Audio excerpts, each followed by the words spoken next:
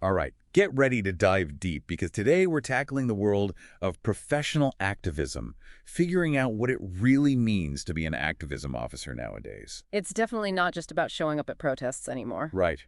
And thankfully, we've got some awesome material to pull from this RoleCatcher career guide you found is packed with insights. Yeah, they really get into the nitty-gritty of turning this passion for change into an actual career.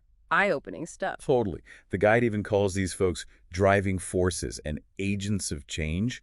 Like, I'm picturing those people who can convince a whole company to totally shift their policies with one presentation.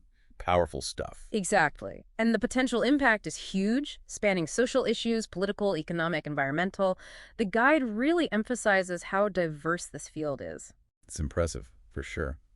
And speaking of impact, one thing that jumped out at me was this tactic they call persuasive research. Oh, yeah.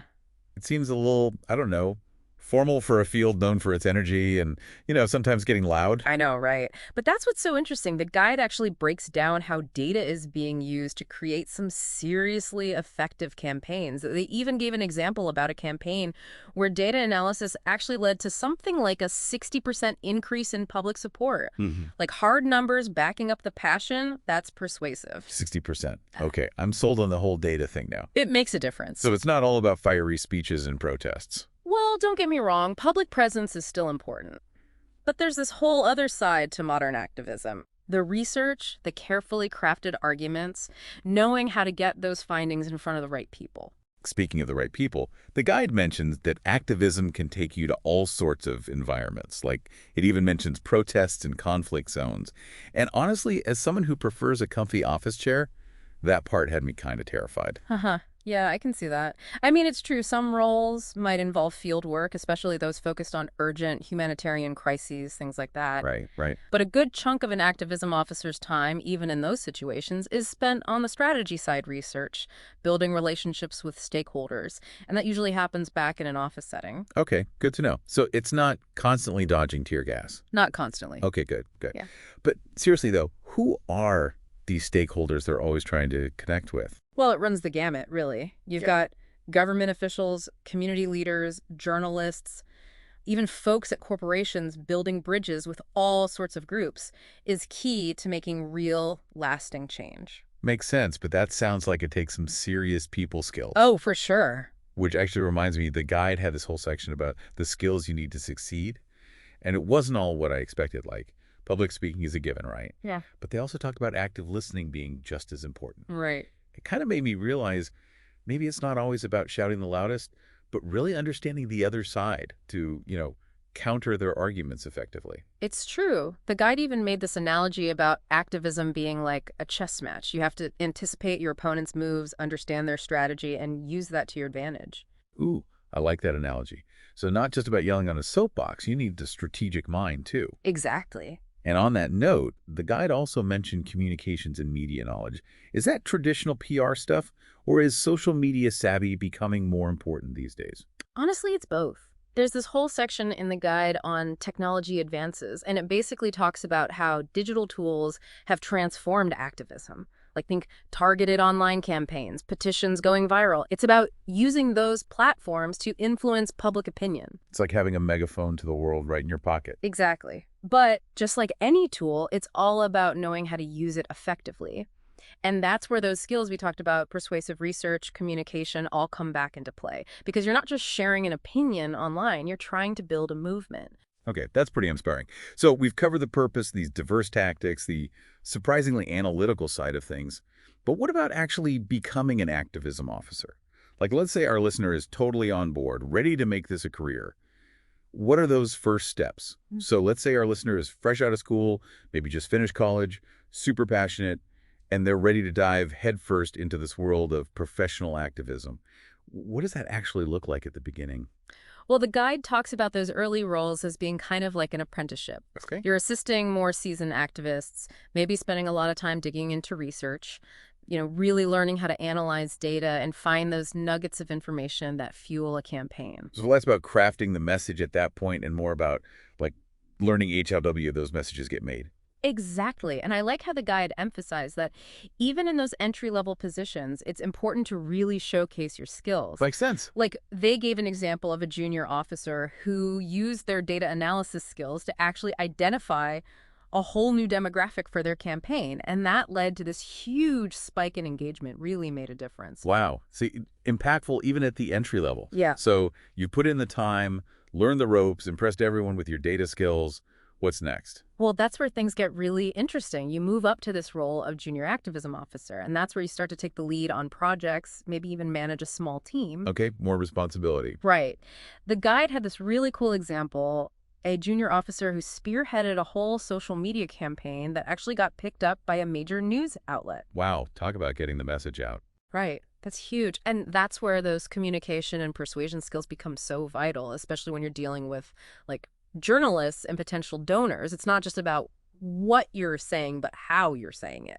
You're basically becoming the voice of the cause at that point. Yeah, and with that comes a lot of responsibility. The guide stressed the importance of ethics, operating with integrity, especially at that level. Because you're not just representing yourself anymore, but the whole organization, the people they serve. That's a lot of pressure. But I imagine it's also super rewarding to see your work translate into actual change. Yeah. Okay, so we've gone from entry level to junior officer. We're honing those skills, maybe even scoring some media wins. Time for the big leagues, right? Senior activism officer. Now we're talking. This is where you're leading those large-scale campaigns, you're managing teams, you're influencing policy decisions. It's a whole other level. What does that even look like on a day-to-day basis? Well, the guide actually used this analogy that I really liked. Oh, They describe senior activism officers as being like conductors of an orchestra. interesting. You're not just playing one instrument anymore. You're bringing together all these different instruments, all these different stakeholders to create something harmonious and impactful. Okay, I love that. Instead of just one instrument, you're leading the whole orchestra. Exactly. And at that level, the skills they highlighted were strategic thinking, leadership, and negotiation. Negotiation. Yeah. Makes sense. You're dealing with a lot of different players. Oh, for sure. And they gave a great example of a senior officer who managed to negotiate with this huge EE corporation to completely change their environmental practices, set a new standard for the entire industry. Whoa, that's incredible. Right. So yeah, at that level, you need to be a master strategist, a skilled diplomat. It's a lot. Intense. So beyond just, getting those policy wins and things, the guide also mentioned something about mentorship being really important at that senior level. Oh, absolutely. They emphasized how vital it is for those experienced activists to nurture the next generation, pass on their knowledge and experience. Building a legacy of change makers. Yeah, and that really resonated with me, this idea that true leadership and activism is about empowering others, helping them find their voice and fight for what they believe in. That's awesome. Yeah. But let's be real. Not everyone wants to climb that traditional career ladder. Some folks might want to explore different avenues within the field. What about those folks? That's like you're branching out instead of climbing, which I kind of like. So what were some of those alternative roles the guide mentioned? Well, they had quite a few: campaign canvasser, online community manager, even political campaign officer. It really ran the gamut. Wow. Yeah, totally different vibes, but still within that activism world. And the guide made a good point that these can be awesome stepping stones for people, a chance to hone in on certain skills or causes they're really drawn to. I can see that. Like maybe you start as a campaign canvasser, you're out there getting that grassroots experience, learning how to mobilize people, and then you can use those skills to manage like a huge online community. Exactly. And it's not just about those specific roles. The guide emphasized how those core skills you develop as an activism officer, research, communication, strategy, building relationships, those are valuable in so many fields, not just activism. It's true. It's like you're not just building a career, you're building this toolkit for change that you can take anywhere. 100%. In fact, the guide even touched on how those skills can be used to launch entirely new organizations, new movements even. It reminded me of, what was her name? That incredible activist who basically started with just a blog, right? She was raising awareness about this local issue in her town, and it just snowballed into this whole national campaign. That's amazing, going from a blog to a national movement. Proof that you don't need a fancy title to make a real difference. Exactly. And speaking of making a difference, we talked at the beginning of this whole deep dive about persuasive research, how data is so crucial for activism these days. But then RoleCatcher itself, with these in-depth guides, the job boards, it's a tech platform, right? Kind of a full circle moment here. It really is, and you're right. The guide actually talks about how technology, especially AI, could completely change the game for activism for better and potentially worse. Okay, so besides the whole robot overlord scenario, how does the guide see AI as like a force for good in this world? Well, imagine AI being used to analyze massive data sets on social issues, like identifying trends and patterns that humans might miss. Makes sense. AI is great at pattern. Right, or even personalizing campaign messages so they resonate with specific groups of people. You can reach so many more people that way. It's like having a superpowered research assistant who can process information instantly. Exactly. And the guide makes this very clear, there are definitely potential downsides, like data bias, algorithms being manipulated, even the risk of these tools being used to silence people instead of amplifying their voices. Yeah, that's the scary side of powerful tech. It could be used for good or for evil. Definitely something to be cautious about. So where does that leave us then? What's the takeaway? I think the guide stressed the need for transparency and really strong ethical guidelines, especially as AI becomes more common in activism. That conversation needs to happen NW to make sure these tools are empowering, not exploitative.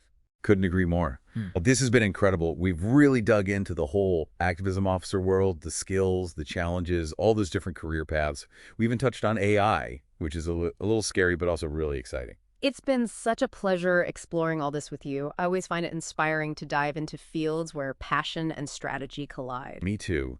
And to everyone listening, remember, you don't have to have activism officer on your business card to make a difference.